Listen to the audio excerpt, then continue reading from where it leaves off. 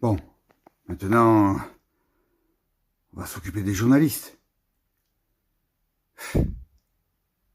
Journalistes, journaleux. Bon, c'est toujours décevant. Les commentaires des journalistes sur les expositions. Bon, souvent on envoie des stagiaires ou des journalistes qui touchent à tout, quoi. Le chat écrasé, l'épidémie, la grippe hivernale, les foules estivales, puis après on les envoie là-dedans, quoi. Bon, je comprenais rien à rien. Ils répètent ce que l'artiste dit, plus ou moins bien, plus ou moins restitué, dans sa totalité, honnêtement pas. Bon, ils font bref, ils font ce qu'ils veulent, quoi. Toujours pareil. Bon, tout le monde n'est pas Charles Baudelaire, ni même Albert Aurier, ni Albert Londres, ni Capa. Bon, enfin, c'est comme ça. Première exposition, 1981, avec Michel Laubry et Eugène Baboulène, et moi-même, à la galerie Ayer. Bon, il y a eu quelques articles. Ce matin, notamment. Bon, enfin, le truc factuel. La brosse à reluire. Et puis là, dans le carton d'évitation, un article artistique, je dirais. Vraiment là, on commence à pointer la connaissance de l'histoire de l'art, de la poésie aussi. De Pierre Caminade, le poète sénois. Je cite, « L'art de peindre, l'art de photographie. Hommage à Eugène Baboulène. Dans certaines peintures à l'huile de Baboulène, Façade blanche, 1966. La Lecque, 1968. Exposé ici et encore, par exemple, dans Impasse Vercingétorix, 1972. La touche, d'une palette très élaborée, empâte légèrement les lumières et laisse ainsi murmurer un solaire relief. Cachez les lignes du toit, la perspective de la rue, isolez et regardez les murs seuls. Votre plaisir est alors tout à la pureté des formes irréelles, nées de la seule couleur et d'où naît un sentiment d'étrangeté. Voilà le descriptif des toiles d'Eugène Baboulène, prêtées à cette occasion. Ensuite, Patrick Lalande. Voici maintenant à côté ces photos que Patrick Lalande, admirateur de Baboulène, a prises de certains murs avec un polaroid et ses papiers films où Lalande a suscité formes irréelles et couleurs par des acides et des révélateurs.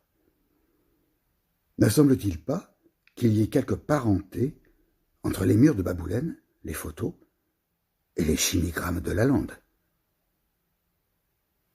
Ensuite, Michel Laubry, un autre artiste, Michel Laubry, et ses amadriades, ces photos couleurs obtenues par duplication du négatif d'une femme et d'un arbre. Amadriade, femme qui fait corps avec l'arbre. Remarquable en elle-même.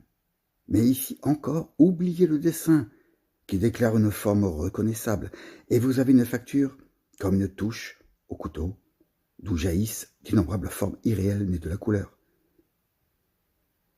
Le peintre a-t-il pressenti l'art de photographie? Le photographe a-t-il réfléchi, réfracté, plutôt, l'art du peintre? Étrange. Voilà un article qui exprime bien la qualité et la pensée des artistes à travers leur médium. Voilà, c'est tout. Ensuite, article de 20 matin, 1988, lors de l'exposition de mes peintures à la galerie de la Porte d'Italie à Toulon. Je vous laisse écouter le ton de ces articles. Les surréalismes de Patrick Lalande, Toulonnais de souche et parisien d'adoption. Ce peintre surréaliste expose pour la première fois dans sa ville, Porte d'Italie. Patrick Lalande n'a encore jamais exposé à Toulon. Il ne trouve pas les galeries suffisamment intéressantes, estimant qu'elles ne se limitent qu'aux barques et autres paysages provençaux.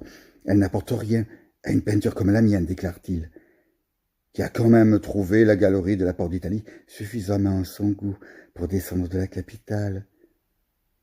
Outre cette position très arrêtée, Patrick Lalande expose un travail intéressant. Cette peinture contemporaine, avec un retour sur le passé, comme il le définit lui-même, est sombre, composée essentiellement de paysages surréalistes, exécutés dans les tons sépia, pylônes couchés, maisons troglodytes pendues et châteaux d'eau mystérieux. L'atmosphère est très forte, et l'imaginaire omniprésent. Pas de titre. Un tableau se voit et se vit. Nul doute qu'après cette exposition, les portes des galeries toulonnaises vont s'ouvrir malgré lui, toute grande pour Patrick Lalande. Tu parles. Rien ne s'est ouvert. Des phrases. Mais de l'autre côté, c'est la porte du commerce. Ça, c'est un autre monde. Voilà. Ensuite, un article de Jacques Brachet, de 1988, sur la même exposition. Je précise que Jacques Brachet était le petit-fils d'Edmond Barbaroux, un peintre de talent à Toulon, classique. Élève de Le Tuère, je crois. Voilà. La peinture de Lalande, atmosphère. Une atmosphère lourde, angoissante, froide, des vestiges, des tours cassées, des ferrailles qui se tordent, des ruines, des gibets, des paysages déchiquetés. On dirait qu'un cataclysme est passé sur ces paysages morts, ou peu s'en faut, dans des ciels gris et tourmentés. C'est dur et fort. C'est le monde de demain vu par Lalande, un Lalande qui se dit à la fois blanc pessimiste et noir optimiste. Ces paysages sont plus intérieurs et rêvés que réels, heureusement, bien que chaque toile possède, si l'on observe bien, un petit quelque chose, une pointe d'humour, de soleil qui fait qu'une lueur d'espoir est toujours présente sur ces formes, souvent érectiles. L'humour est noir, qui l'eût cru, mais il est présent. Belle unité de ton, des gris ardoisés se mêlent aux ocres jaunes, belle harmonie de ces images lugubres, imaginaires, expressionnistes fantastiques, avec des cadrages très souvent cinéma. On sent le photographe derrière le peintre.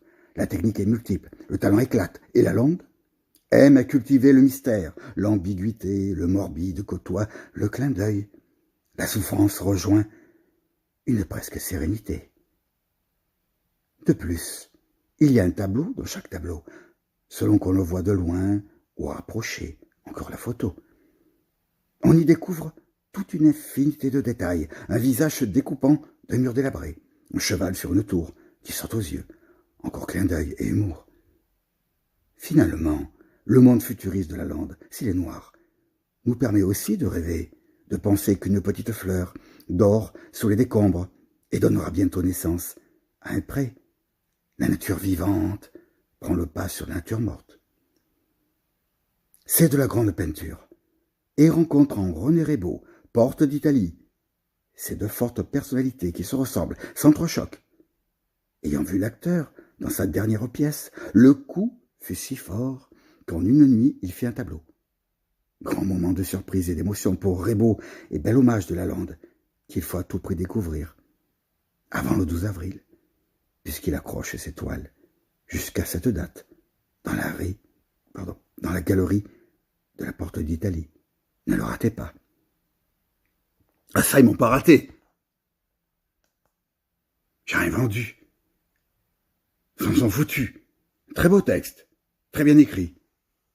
Bravo. Mais voilà. C'est Toulon. Toulon qui dort. Ensuite,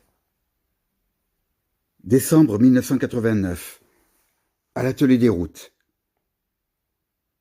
chez Rennes, l'aîné Lanfort. Un jeune journaliste est venu. me voir dans cet atelier. Il s'appelait Didier Maisto. Un jeune plein de fougue, de niaque, une sensibilité, une approche très humaine des gens. Et il m'a fait un très bel article. Je l'ai connu par l'intermédiaire d'un ami. Bernard, s'appelait-il. Il travaillait chez son père, dans un bar. Il rinçait les verres, me dit-il. Moi, j'ai pas de talent. Je fais que ça. Rincer et essuyer les verres. Dans ma tête, j'ai pensé, c'est dommage de se déprécier de cette façon, mais bon, il avait ses propres problèmes. Bon. Après, on s'est un peu brouillé. Pour une parole malheureuse, comme tant d'autres. Bon, j'ai pas voulu plus le déranger que ça. La dernière fois que je l'ai vu, je devais lui parler, mais il était occupé à draguer la poulette d'une école de coiffure, tout près du bar, comme d'habitude. Moi, j'étais pur. Je m'en foutais de tout ça. Bon, j'ai compris. Il s'est pas levé, il a continué sa drague. Et je lui ai fait un signe de la main, je suis parti et je l'ai plus jamais revu. C'est terminé. Bon, je suis comme ça. J'avais autre chose à faire, hein. Voilà, il fallait que je gagne ma croûte. Avec ma peinture. Cette satanée peinture. Qui vous bouffe à la tête. Il avait un ami d'enfance. Ils avaient fait leurs études ensemble, au lycée du Mont-d'Urville. C'était Didier Maisto. Oh, c'était gentil de sa part, hein. Il travaillait comme pigiste, stagiaire au Figaro, à Paris. Figaro Magazine, Figaro Méditerranée. Un fascicule complémentaire, une fois par semaine, sur l'art et ses environs. Il est venu, un matin, une très belle journée ensoleillée. Il est rentré dans le petit atelier des barras. Je lui ai montré mon travail, il a regardé, des vestiges qui étaient là sur le chevalet. J'avais déjà produit pas mal de toiles. D'ailleurs, on me voit photographié par Julien Michel, que j'ai connu, aussi le photographe. Très sympa, très convivial. Il m'a fait un portrait pour figurer sur le Figaro avec une toile représentation. Bon, voilà. Je vais lire l'article. Le minéral règne dans l'œuvre de cet artiste toulonnais. Patrick Lalonde voyage dans nos mystères. Le point de départ de ma peinture, la cassure, l'inattendu, l'accident. De rapports de couleurs, un détail insolite, et je saisis mes pinceaux. L'œuvre de Patrick Lalonde, jeune artiste toulonnais, est riche et troublante. Vastes étendues désertées, vestiges de civilisation, règne absolu du minéral. J'aspire à travers la description d'un caillou à faire passer l'histoire des hommes, mon histoire. La pierre est vivante, nous transmet des messages. À 21 ans, Patrick Lalonde débarque à Paris, au culot. Je suis entré dans une galerie d'art, mes 3 tableaux sous le bras. J'ai fait croire que j'en avais une 40aine. Et puis j'ai rencontré des peintres, des vrais, comme Eugène Baboulène, ou le visionnaire Michel Bron, qui m'ont donné confiance. En 1987, Patrick Lalonde se réinstalle à Toulon et se consacre à son art. J'ai hésité entre la photographie et la peinture. Mes photos étaient trop picturales. La peinture, c'est un rêve, une méditation, un voyage, au sens baudelairien. Il y a un côté métaphysique, zen dans mon travail, mais un tableau doit rester lisible. Malgré une certaine monochromie, la peinture de Patrick Lalonde est tout en contraste, grâce à une étonnante maîtrise de la lumière une technique classique dans la tradition des ruinistes du XVIIIe siècle et une ambiance à la limite du surréalisme. C'est que Patrick Lalonde cultive les paradoxes, l'homme pourtant absent sur la toile et partout pressenti. La pierre a pris le relais. Voilà un article très bien écrit de Didier Maisto. Plus tard, je le rappelais pour essayer d'avoir un second article à l'occasion d'une nouvelle exposition, notamment à la Galerie Julien, au Castellet, parce que Toulon, c'était fini, je l'ai dit dans une précédente vidéo, c'était mort. Je me suis déplacé, j'ai migré vers ce village très touristique, où à l'époque il y avait beaucoup de galeries, de peintres, de graveurs, de poètes graveurs. Ça aussi, ça m'a bien fait rigoler, mais j'en parlerai plus tard. Je vous dirai ce qui s'est passé avec ce fameux poète graveur, à l'occasion de la présentation d'un livre qui me tenait à cœur, d'un livre de poésie que je vais illustrer pour Robert Vitton, ce grand poète. On y reviendra plus tard. Là, je reste dans le journalisme. Mais Didier Maisto a fait un beau parcours. Il a pas pu m'aider encore une fois pour me présenter. Il m'a dit, tu sais, moi, Figaro, ils vont me virer. Je suis stagiaire, manque du budget, tout ça. Oh, il est allé loin. Il a été secrétaire d'État, pas secrétaire d'État, mais ça porte un nom, près d'un sénateur à Paris. C'était un secrétaire, un factotum. Et puis, il a créé, il est rentré dans une radio qui était très connue, avec André Berkoff. Je me souviens plus le nom. Bon, c'est très connu. C'est un gars, j'étais étonné de le voir à ce niveau-là. J'ai dit, oh, ben lui, c'était un jeune, il en voulait, hein. Finalement, je rencontrais que des gens qui en voulaient, moi. Peut-être parce que j'en voulais moi-même. C'était comme ça.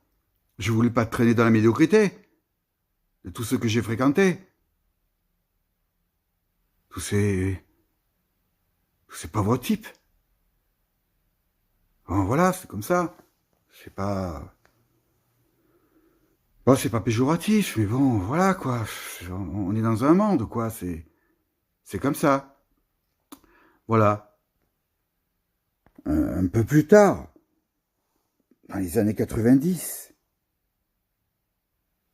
par l'intermédiaire du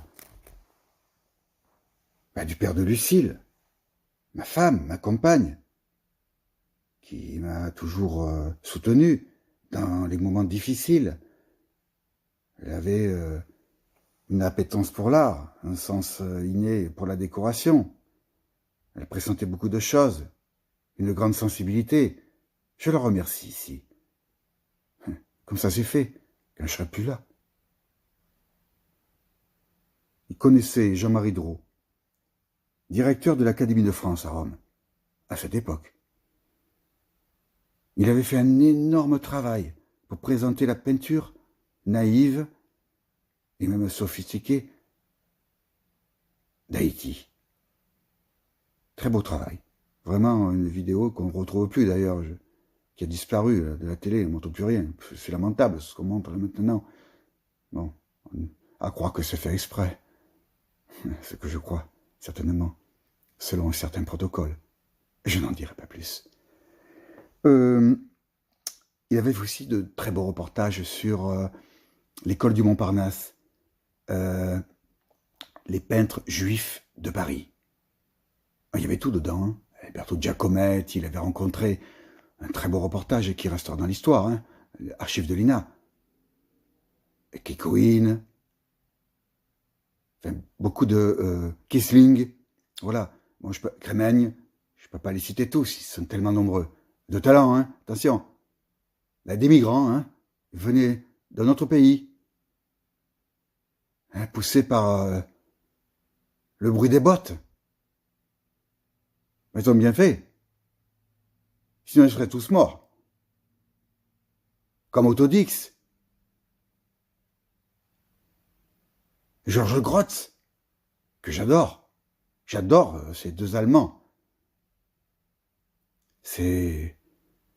Bon, là, je m'éloigne un petit peu là du sujet. C'est... Désolé, hein. Un mot, on appelle un autre, hein, un visage, bref. Eh bien, il m'a écrit.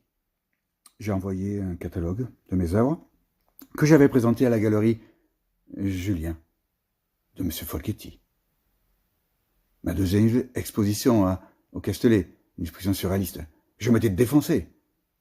Vraiment, de l'avis des amateurs d'art, hein, de ceux qui connaissent.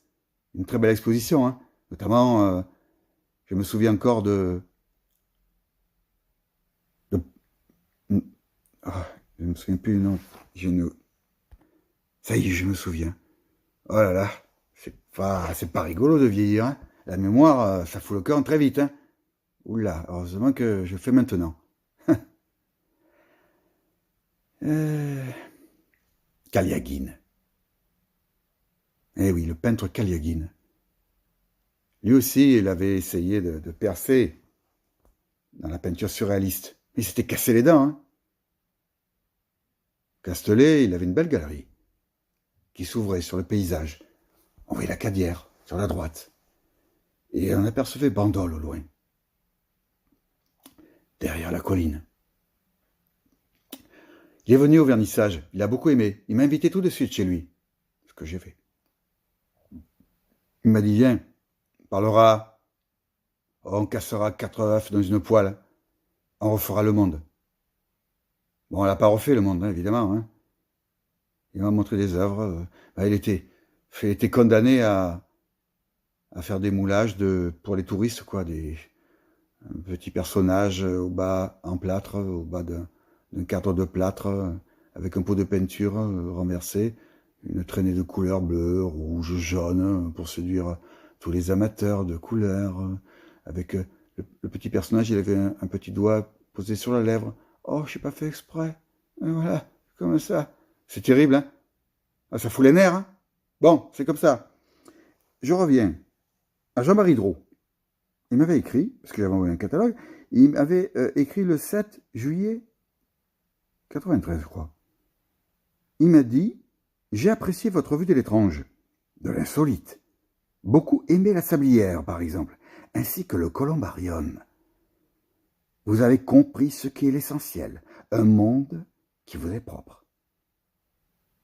Je vous souhaite donc un beau voyage, jusqu'au fin fond de ces déserts que vous semblez apprécier tout particulièrement, avec toute ma sympathie. » Voilà un article d'une personne qui avait d'autres choses à faire que de me répondre, mais il a été gentil, hein.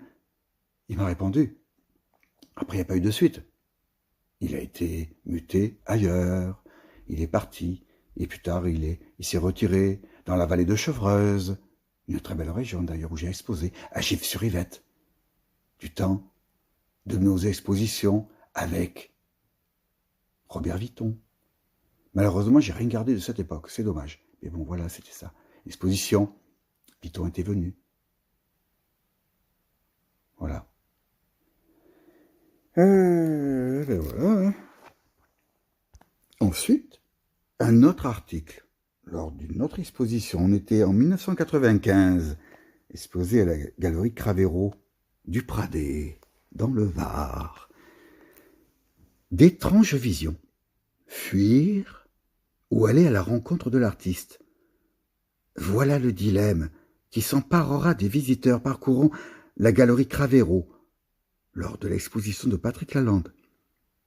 Il y a en effet quelque chose de trouble dans ces tableaux, où domine la tridimensionnalité. Devant eux, on peut choisir de ne pas s'impliquer et détourner la tête, dès que leur contenu commence à vous mettre mal à l'aise. Mais pour appréhender Patrick Lalande, il faut faire un effort, un choix, moins confortable. D'abord, se forcer à demeurer devant l'œuvre, même après que le malaise se soit emparé de vous. Puis, entrer dans la toile, pénétrer dans les étranges paysages et se laisser submerger par les peurs, les questions, les fantasmes, qu'il ne manque pas de susciter. Ce que nous découvrons alors, c'est l'autre côté du miroir, l'autre côté de nous-mêmes, ce monde en clair-obscur, qui n'aime pas le grand jour. Passent les heures. Ce pèlerinage en terre intime est toujours bouleversant. On ressort de sa promenade, un peu différent, un peu plus riche, de mieux se connaître. Ensuite, nous étions en 1996 avec ma galerie au village médiéval de Castellet, un très beau village. J'ai fait la connaissance d'un peintre, Yvan Travers, un peintre surréaliste de talent. Il était spécial, hein. Il avait une niaque, une fougue. Il écrivait aussi de la poésie, du vers libre. En peinture, il était très inspiré par Dali, hein, les grands surréalistes. Il avait trouvé sa voix, sa palette particulière. Il était breton d'origine. Et il m'avait dit qu'il avait des descendances d'Indiens. Ça m'étonne pas. Avec sa chevelure au vent. Ouais. Ah ouais, c'était un Indien. On s'est photographié devant son atelier. Ah, le passé. Il est mort depuis il y a quelques années. Pas si longtemps que ça. Il a galéré aussi. Hein. Voilà. Il avait une galerie en Bretagne. Il avait divorcé, enfin séparé. Il avait migré ici. Il était tombé là, dans ce village. Il était passé comme ça. Et puis il avait vu mon atelier de peinture. Et puis il m'avait un peu snobé en passant avec un ami à lui. Là. Ah, peinture sur bois et tout. Bon, il n'était pas rentré, donc je m'en fous. Et après, il était repassé devant chez lui. Et après, on a discuté, puis il était intéressant. Et après, quand il est revenu dans ma galerie, il a fait une drôle de gueule, il a changé de visage. Quand j'ai ouvert la malle, j'ai sorti les tableaux, qui étaient non commerciaux. Parce que là-bas, il fallait vivre, il fallait payer le loyer. Hein. Les propriétaires, c'est tellement bien mangé. Hein. C'est bon, ça mange pas de peine, tout ça, ça rentre bien. Hein. Oui, forcément, c'est que des héritages. Ils sont tranquilles, c'est con. Bon, allez, faut pas être méchant. Après, on va dire que je suis aigri. Pas du tout. Mais si je parle pas, qui le saura? J'ai envie de le dire, pour que ça reste. Voilà. J'ai pas le talent d'écrire d'un Robert Vitton. Ou d'un Patrick Sintas. Je suis plus modeste. Je le dis, tout simplement. Voilà. Et c'est rendre hommage aussi à Yvan Travers. Il avait beaucoup de talent. Elle est morte dans l'oubli. Bon, ça, comme pas mal de gens. Et il avait vu les tableaux dans la malle, et là, je réservais ça pour vraiment ceux qui aimaient la peinture. Et ça tapait dur dedans, hein. Robert Vitton en connaissait une bonne partie. Eh oui. Bon. Il a écrit un poème, il me l'a offert. Bon, ça m'a touché, hein, je vois. Le lendemain, c'était en juillet 96, il a écrit « Juste après mon œil, dans le regard de ses mains, le longiligne artiste surréalise la vérité du temps en marche. De ces pierres en ces ciels, il cherche, il crache l'essentiel. Dans les jaunes célestes, c'est jaune. La vie derrière et devant le reste. Le bus et son arrêt, attendant les poubelles. Le chien ne fait que passer. Et très sincèrement, je m'émerveille. Est-ce la Renaissance en nous qui s'éveille? Juste après son œil? La plus belle des offrandes, c'est le pied, la baigneuse. Merci Lalande, amicalement. Yvan Travers. Bon, ça m'a touché. Et puis, voyant son travail aussi, je l'avais dessiné, j'avais fait un portrait de lui, dans son univers pictural, au dessin, à la mine de plomb. Et je lui avais offert un matin, j'étais passé juste avant d'ouvrir la galerie. Il faisait beau ce jour-là. Très belle journée, forcément. En été, on attendait les touristes. Hein. Je lui ai montré le dessin. Il s'est mis à pleurer tout de suite. Il s'est effondré sur son bouillon. Oh.